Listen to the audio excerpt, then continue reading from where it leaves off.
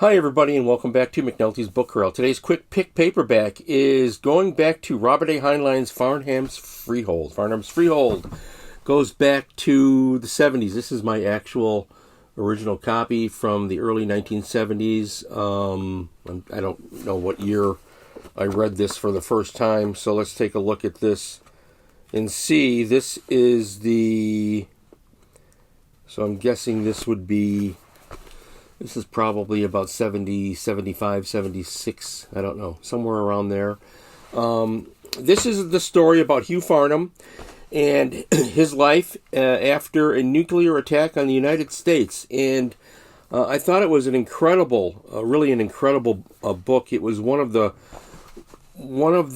books that Heinlein wrote that I read back during this period in the early 70s that turned me on to him. And I now have, I think, everything he did. It's one of my favorites, along with Glory Road and so forth. Maybe I'll touch upon some others later, but this is classic science fiction. I don't even know if a book like this could get published today. The world has changed so much, and not necessarily in a positive manner. Certainly not with the publishing industry. When you look at a lot of the nonsense they're putting out there today that's supposed to be good and isn't.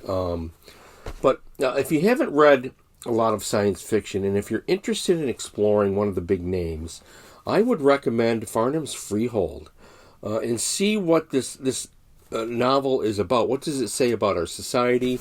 Certainly in the wake of the Russian invasion of the Ukraine and their threat to use nuclear weapons doesn't sit well with me at all.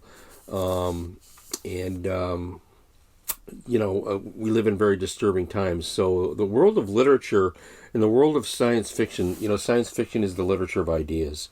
And we're supposed to learn from that and be a progressive society. So if that is needed, maybe the writers need to do a better job today because they missed the boat. But Heinlein did not. He was correct in a lot of the things that he talked about and prophesized and so forth. So not to get too deep with it, we're talking about books here, but I can't help but to mention current events because it weighs heavily on my mind to see the disturbing news headlines that we have and seeing what's happening in the Ukraine.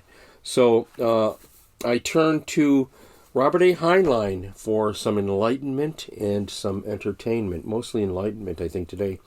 And let's just leave it at that, shall we? And I wish you all well. Stay well. All right, feed your brain, read a book.